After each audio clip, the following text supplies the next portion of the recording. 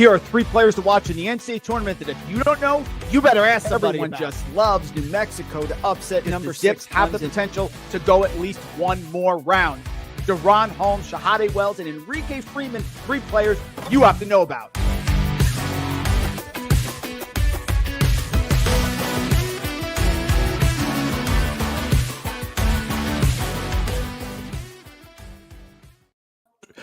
You know, I should have come out to that song for my wedding. My wife did actually come out to One Shining Moment, so I can't complain. But that music gets me pumped. Mike Randle here with you, FTN, College Basketball Betting Show.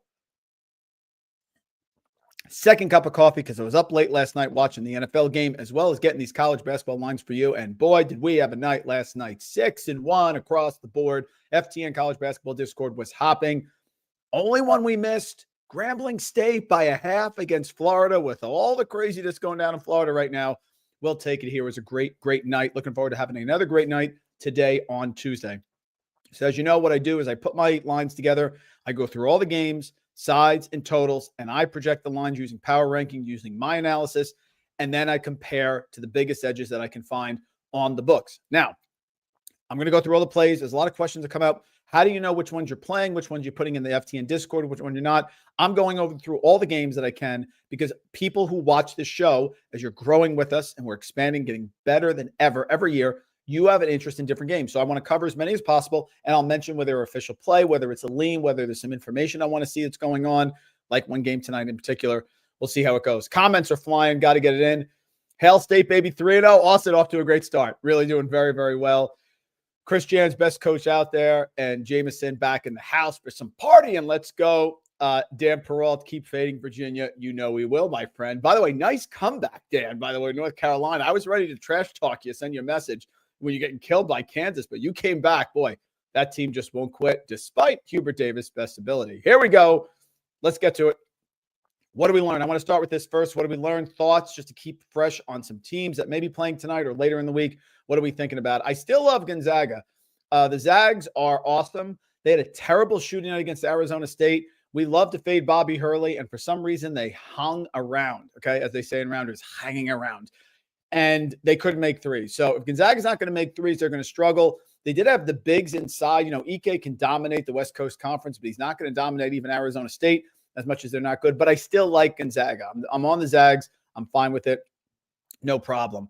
That was a great win by Auburn over Houston. And again, Saturday's show, we always do a lot of volume. We were up and down in the morning, and we hit 5 straight to end the day. Have a nice, profitable day here for the College Basketball Betting Show. But I watched the Netflix documentary, or I think maybe it was Prime, the Overtime Elite documentary from a couple of years ago with Ja'Kai Howard. Ja'Kai Howard was down there at Overtime Elite with the Thompson twins, also Thompson, Amin Thompson, and was a disaster. Complaining, I never get the ball. He was yelling. He ended up being kicked off the team.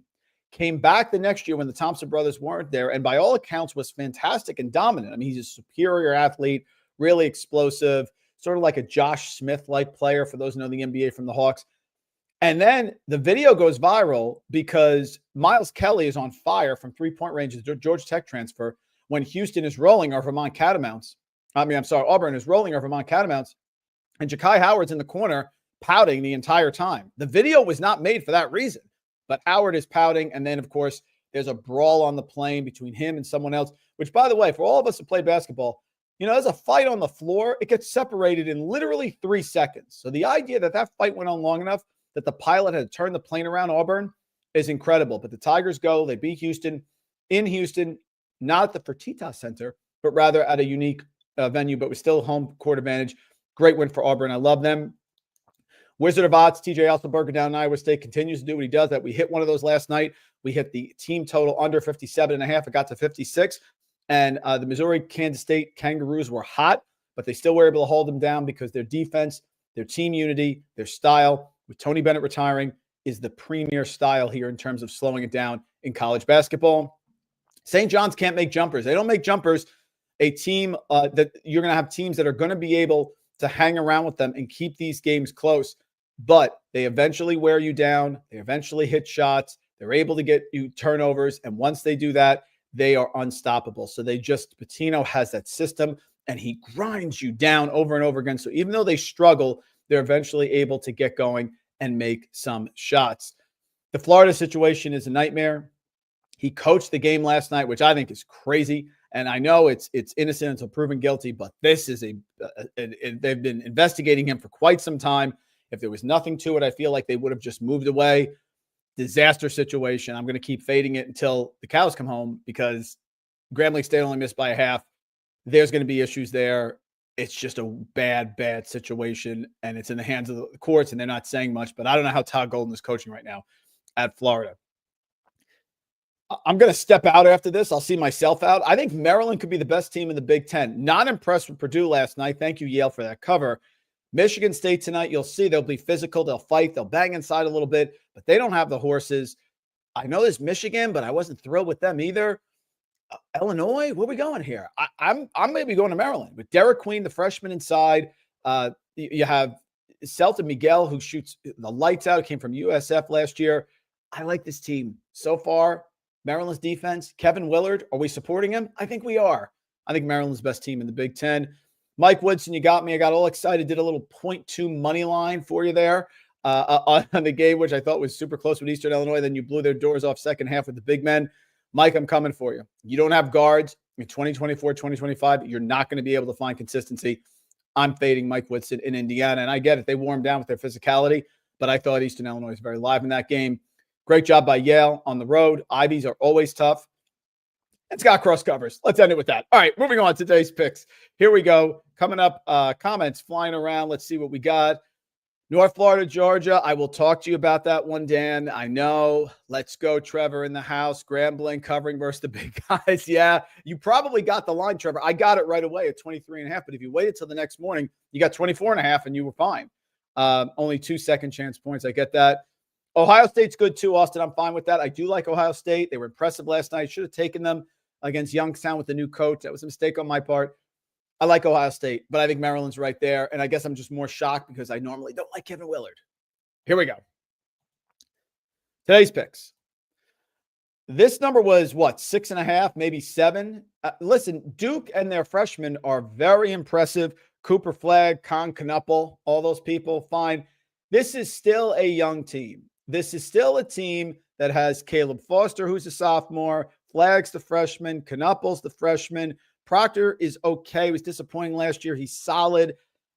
This is a coin flip game to me. It's on a neutral in Atlanta, Kentucky. Mark Pope is an excellent coach. He's been running up and down the floor. They've been fast breaking, which Duke may have trouble with tonight.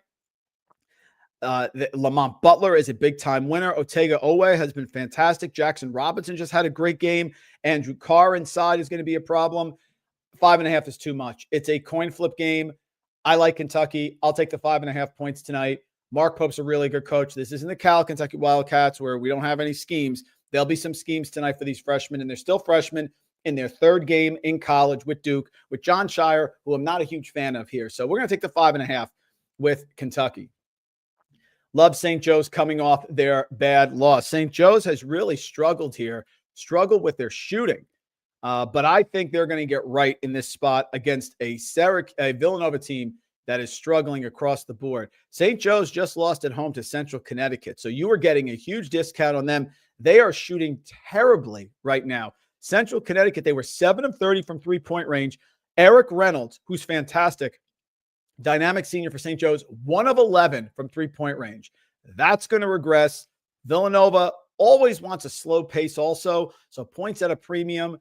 I'm taking St. Joe's as the slight underdog, and I also like the under here at 144.5. I put this in the Discord last night. I think it's ticked down to 142.5. Rivalry game, Big 5 game. St. Joe's needs to get right. Villanova, congratulations. You blew at NJIT at home, but you still struggle against Lafayette. You didn't cover. Thank you for that. You still lost at home to Columbia. I don't think you should be the favorite road against anyone. When I handicapped this game, I made it St. Joe's by 2. Yes, they have struggled, but you expect Reynolds and company to start shooting a little bit better like they normally do. He's 20-point per game scorer. I'll take St. Joe's in the points, and I'll take the under 144.5. This one I have not officially picked yet, but I am very tempted because it's the Ivy. And the Ivy League teams are always underrated. People underrate the Ivy League teams. They don't think they're any good. Cornell +3 against LaSalle. Fran Dunphy has done a nice job with this team, getting them off to a good start. So I'm a little apprehensive here. They beat American. They crushed Lafayette at home. Now they're playing Cornell. Both teams want to run up and down the floor, and Cornell will fire those three-pointers off. The problem is LaSalle is not great on offense. They don't turn the ball over, but they don't force turnovers. So Cornell hits some threes. They're going to be able to get going here. They just beat Samford at home, 88-86. That's a good Samford team. 3 points is too much. I have it LaSalle 1.5, so I see value. I may wait to see if it gets up to 3.5. Another coin flip game, just taking the points. I haven't done it yet, but I'm thinking about it. Cornell +3 against LaSalle. Fast pace with Cornell, the big red, smart basketball, backdoors, going to be fundamentally sound and against a LaSalle team that struggles on offense. I think Michigan State is not good. I think they'll muck it up a little bit. And I did put in Hunter Dickinson under 17.5 points. So I think they'll battle with Kansas, but I didn't like what I saw out of Kansas against North Carolina. You're at home in the fog and you're rolling up by 20, you should never give that lead back. Now, they gave it back because the big's inside. You push Hunter Dickinson around, he can be limited. He's not an explosive athlete. You see him run up and down the floor like Mr. Roboto. His knees don't bend. He's great physically in terms of getting second chance points, tapping the ball, has a nice soft touch. Always in the Discord here at FTN, do you want to take Hunter Dickinson over a half-made three-pointer? I get that. But this is a neutral court game. He's going against the physicality of Michigan State. Michigan State has Booker inside who's going to be pushing him around. Kohler is a lot of physicality. They don't have scoring, but they should be able to muck it up. So I like Kansas getting the 6 against Michigan State because I just think Kansas will pull away at some point with their explosiveness. And A.J. Store's got to be limited. Zeke Mayo's got to play more. He is the wing that can break things down. When North Carolina got hot, Zeke Mayo was able to get those plays going. Hunter Dickinson's not a go-to player. DeJuan Harris in the backcourt is solid, but he's not a scorer, and Store's all sorts of out of control. Last year in Wisconsin, he could do whatever he wanted, shooting 42% from the field. That's not going to fly with Bill Self. And KJ Adams is a great hustler and a rebounder, not really a scorer. They need Mayo. He's the linchpin. I think he pulls them away late. I like Kansas -6 against Michigan State on the neutral. Both these teams like to run. William & Mary, Norfolk State over 155.5. William & Mary is very tough at home. I have tracked them last year as an underdog. They were extremely live. They're coached by Brian Earl. Brian Earl came over after a lot of successful years at Cornell with the three-pointer. Now he's at William & Mary, and their style is already the same, where they're letting a lot of shots fly. They do have a home court advantage. Norfolk State is very good. They're the favorite in the MEAC. They've actually won 5 games in a row dating back to last year, so they're still very hot.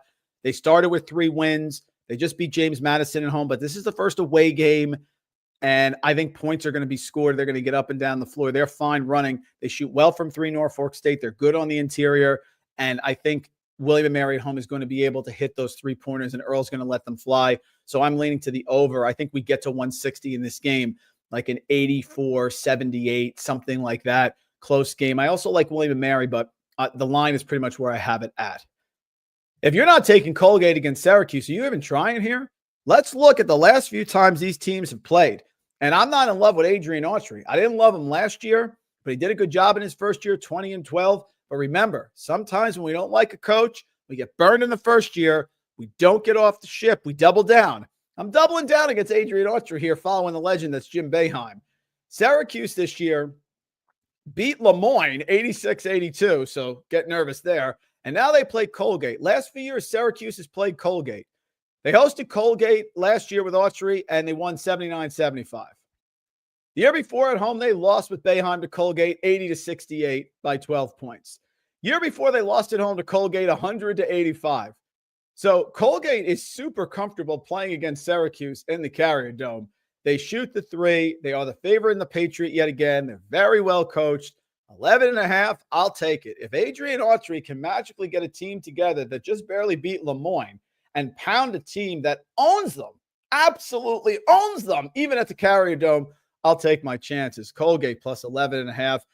This next one is your risk tolerance. Florida State can have these moments where they just really struggle. They are athletic, but they don't look fantastic on offense. And so 16.5 with my handicap struck as a little high. Florida State beat Northern Kentucky at home. They beat Rice, but didn't cover on a semi-away game. We got that one right. Now they play Tarleton State with Billy Gillespie, who knows a good coach. Now, Billy Gillespie struggled against SMU. They struggle against Sam Houston, but they do shoot the three well. And their one weakness is they don't guard the three well. Well, the problem is Florida State can't make threes. They're going to try to beat you up inside. So 16.5 for a Florida State team that usually can be sleepy at home and doesn't have a ton of offense. If they're able to make some threes, it's worth the risk. So if you want to risk tonight and you have a high risk tolerance, grab Tarleton State 0-2 getting 16.5 with Billy Gillespie, who can coach against a Florida State team that struggles on offense and really doesn't make their free throws either. Just seems like a high number to me. Old Dominion and Radford, first to 100 wins, first to 50 wins. I think it's going to be like 110 total points here. Both teams are very slow. Old Dominion, one of the slowest teams. And the key is that it's at Radford, who's really good defensively at home. So I'll take the under 143 between Old Dominion and Radford. Very, very slow team. Don't tell me I'm not objective, okay? We got a Tobin Anderson who lived off the FDU run. Thank you very much. That's fine. God bless him. Always fading Tobin Anderson, but I learned last year that Iona shoots well at home. They like to fire it up, and they shoot well at home. Now it's an Iona team that's 0-2, coming for their home opener. They went to Princeton away. They almost won. They lost by 1. They gave back the big lead, but they played well. The Hofstra game was close, but they gave it away late, lost to them. Now here's their home opener against a Delaware team that lost at home to Bucknell and barely beat Robert Morris, who's not very good at all. They can't defend the three, Delaware. Iona under Anderson always shoots well from three. I think this one's a blowout. We'll lay the points with Tobin Anderson. If I'm picking Tobin Anderson laying 5.5, then you know I like it. Tobin Anderson minus 5.5 at home against Delaware. Columbia is good. I can hear my friend Dr. Tony, your Columbia Lions. The Lions are good. Columbia is 3-0, and they have some dynamic players on offense who can score. Beat Loyola 81-78 away. Beat Villanova by 10 away. Delaware State at home, they crushed. They beat them by 21. Now here comes Lehigh. I think this team's good. They make their free throws. They don't turn it over. They're solid defensively. Lehigh is shooting 60% from the free throw line in 2 games. Their turnovers are a mess. They have 0 rebounding whatsoever. They lost to Northwestern by 44. They lost away at Georgetown, who stinks, by 8. Now they're going to play Columbia. I'm going to take Columbia. I think Columbia is pretty good. I'll take Columbia minus 8.5 versus Lehigh. I'll run the risk that they're looking ahead to the Vermont game. Jerry McNamara has impressed me enough, and Siena's a tough place to play. I still like to pour one out for Carm Massarella, who did a good job there, but is no longer the coach. But Jerry McNamara, I was slow to warm, but he's doing a good job. 2 overtime games, Brown and Bryant, and now he's got American at home again. I will take Siena plus the 2. Not a big wager here, because at some point they're going to come back down to earth, but he's got them playing defense. They're top 25 in the country in turnover rate. They're making their free throws. American plays at an absolute snail's pace and doesn't look great here. They've had Dwayne Sipkins in his second year. Doesn't look great for American. They lost to LaSalle away. They did beat Harvard at home, but they're a different team away against Siena, which is a tough place to play. McNamara's got the team playing well. They make their free throws at home, and they're an underdog. Adds up to speed. To me, Siena should be favored by 1 or 2. I will take them there. I'm going back to High Point. They blew the big lead. They were rolling in a game I thought they were going to absolutely cover for us. I think it was on Saturday. Yeah, against Jackson State.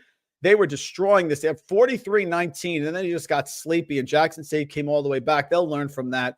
Their offense is potent. They're great at effective field goal percentage. Right now through 2 games, High Point number 1 in the country per KenPom effective field goal percentage. Also, they're shooting 46% from three-point range. Am I afraid of North Carolina Central coming in, who just lost to George Mason and Gardner Webb? No, I am not. They like to force turnovers. I don't think High Point will give them many turnovers, and they are horrific at defending inside the arc. 67% they're allowing their opponents to shoot, and they can struggle on offense. So we'll take High Point minus 16.5. If they burn us, they'll dead to us. We'll just go away from them. A couple more here. Let me get to the comments. Let's see. Yeah, FAU and Townsend live. No feeling, Trevor. That one, I looked at it, just didn't do anything. You like both in the champion. You had 2 bucks. I agree. I think the freshmen are going to regress. I think Izzo will have his team ready. Not a lot of talent on Michigan State on offense. I mean, they rely a lot on Jaden Akins, but I agree with that as well. I don't think Kyle Neptune is going to stay employed much longer. In fact, he loses today. This could be his last game. Rider Navy, no feeling, Dan. I have nothing on that. I passed on it. Yeah, I agree. Well, it's fine. You didn't. It's fine with Michigan State. I think they pull away late, Trevor. I don't think Kansas comes out and dominates them. I think it's a lower scoring game, but I think they get to the window like an 8-point loss, something like that. Corpus Christi, yeah, Dent got hurt, but he came back. I was shocked by that. UCLA got destroyed against New Mexico. Now they're home. I don't have a good read on New Mexico, so I'm passing. I took UCLA, I got it wrong, so I'm going to pass. Dent looked tremendous in that game. But I think the issue was that Johnson got in foul trouble for UCLA, messed them all up. Daryl back. Great to see you, buddy. Thank you for joining us again. High Point and Longwood, as always. No problem. I got you about that. Yeah, Miami of Ohio, Austin, save that one. Bring that one back up. We'll do that one at the end. That's another one I looked at. I didn't put it as official play, but I looked at it there also. Okay, here's the deal. This one has worried me a little. I love North Florida. I love the Osprey. I think they're fantastic. But the line has gone from 10.5 to 14.5. So sometimes historically when this has happened, someone is ruled out that I didn't know about. So the line movement is so much that it's gotten me worried. I love to fade Mike White. I'm still not a Mike White guy. They play defense, but their offense struggles. But they're very athletic. North Florida has been extremely impressive. They're 3-0, one of the darlings here of college basketball. For all of us that love the mid-majors, North Florida is the team this year. They beat South Carolina away. They crushed Charleston Southern, and they hung 105 away on Georgia Tech. They're going to shoot the 300 Matthew Driscoll. No one shoots more threes than North Florida. They're going on the road against Georgia tonight. I'm probably going to take this. I just want to make sure everyone's healthy because sometimes when there's a massive line movement, there's something I may have missed. So it opened at 10.5. It's at 14.5. Look at it. Not an official play. Have to wait till we get closer there, but something that's certainly on my radar. The Hulk smash goes out on Twitter. Bradley at home. Bradley at home. Is it every game? No. Is it most games? Yes. Bradley at home is one of the toughest places to play in all of college basketball. UTSA is going to try to slow them down a little bit. Not going to happen. I'm taking Bradley minus 6.5 in the first half and Bradley minus 12.5. I handicap this at Bradley minus 20. They're shooting the three well. They're great at home. They're well coached. Last year, they were even delivering, and one of their players ended up getting hurt. I think it was Hickman. Was it Connor Hickman who got hurt last year early on? I'm going with Bradley unless I get any other crazy news that somebody's out for them tonight. Bradley at home is an auto play. I just don't even think about it. I'm just doing it. Texas is shorthanded. These 30-point spreads are a lot. They're very high. Chicago State has been surprisingly competitive this year. Chicago State, which was the bottom of the barrel in college basketball, they played Loyola Chicago where they lost by 7. They played Youngstown at home. They lost by 20. But they do defend the three well. And I just don't know if Texas, given that they're shorthanded under Rodney Terry, can get this done. They have Weaver. They have Trey Johnson. Arthur Klum is very in and out. Shedrick inside. This is a lot of points. I'm going to take Chicago State plus the 30.5. We were successful with Houston Christian. That got to the window for us, 31. I think we got it 34. I don't like Texas with big spreads. I will take Chicago State here on the road, who's had a really tough schedule. They go to San Francisco. They play Eastern Kentucky, Indiana State, Radford. He's playing everyone, Scott Spinelli. First year with Chicago State. I think it's a lot of points. I'll take them tonight. I don't trust their offense. This one's not a heavy play. This is if you're rolling and we've had a big night, you want to add something late. Xavier covering this number is odd. Jackson State was surprisingly annoying for us against, what was it? Yeah, it was High Point. They came back in the second half. They also played Houston, so they're not going to be intimidated by Xavier. They've already played one of the best defensive teams in the country away. Mo Williams is the coach. 26.5 is a lot. And Xavier played IU Indy and gave up 80 points at home. And they played Texas Southern and they gave up 69 and won by 9. So I love Sean Miller. I just don't know if this team has the explosiveness yet to dominate. Fremantle is back. He should have a good game. Davian McKnight is there. 26.5. This is not a top play. It's not. It's one of those, if we do okay, maybe we just cut our losses. But if you want to be frisky late and throw something down, 26.5 is a lot for Xavier for a team that hasn't been playing a lot of defense and is giving up an awful lot of points. And of course, hashtag West Coast narcolepsy. The West Coast just goes ignored a lot of times in college basketball handicapping because the East Coast and some of the Midwest are not awake to watch these games. Oregon is good. They're really good. If Maryland doesn't win the Big Ten, it's going to be Oregon. That's who's going to win the Big Ten. Oregon is good. No Supreme Cook tonight. I don't think it matters. Portland's coming in. If you want to buy the rivalry game, good luck. I have no interest. They smoked UC Riverside at home. They destroyed Montana, who's a pretty solid team. Both those teams are pretty good. Oregon destroyed them. They do have Troy coming up. Scott Cross covers, so we'll get into that in a little bit next Sunday. But here's a Portland team that gave up 70 points to Lewis and Clark. Portland gave up the Pilots. You know the Pilots here. They love to shoot three. They gave up 70 points to Lewis and Clark. Shanti Leggins is there. It's his fourth season. I can't get there. 30-point win for Oregon. I think it's happening. That's my final game on my card. Let's get to the comments. Austin, Lewis and Clark. I mean, so if Portland shows up tonight against Oregon, who I think is one of the top two teams in the Big Ten, so be it. They lose by 24. That's fine. Yeah, Daryl, Georgia could be improved this year. That's why I'm a little hesitant. North Florida's hot. People are on them right now. It's not like they're going to sneak up on Georgia. They're 3-0. And if you can guard the arc in North Florida, they can stay close there. So I'm not sure about that. Oh, let's get back to this. Would I lay it with Miami of Ohio? Let me take a look. I saw this and I passed on it. Good question. Thank you. Miami of Ohio was disappointing against Wright State, but I still do like Travis Steele. Maryland Eastern Shore is brutal. I mean, they did beat Penn State Skullkill 96-77. Would I lay it? What's the line right now, Austin? I don't have it in front. What do we got right now? Is it 15? Is it 12? I'd probably lay 12 to 14 is what I would. I don't want to lay 18 or 19. I think that's too much. So, Austin, right now I would handicap this game for Miami. I think Miami is 17.5. Of course it is, right? Why would you make it easy? 17.5. Oh, they are brutal. Would I lay I probably would. Not one of my top plays. Miami was able to smoke some inferior teams last year at home. Oh, that's a lot of points. That's a lot of points. Aren't there better spots tonight, Austin, besides this game? Are there better? First half game? You want to go first half live with this one? I'll probably pass. And then what's up? Darryl wants to know what's up with the much improved Drexel.